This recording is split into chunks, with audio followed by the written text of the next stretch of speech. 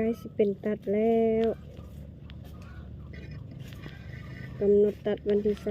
24วันที่24ตัดอีก4 มื้อ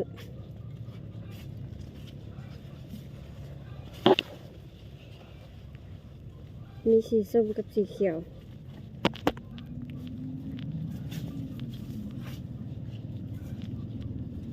ยอดจองตอนนี้เต็มแล้วเด้อ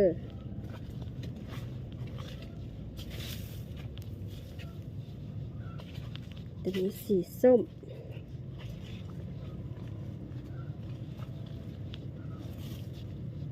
หน่วยนี้สีเขียวหน่วยเขียวอันนี้ส้ม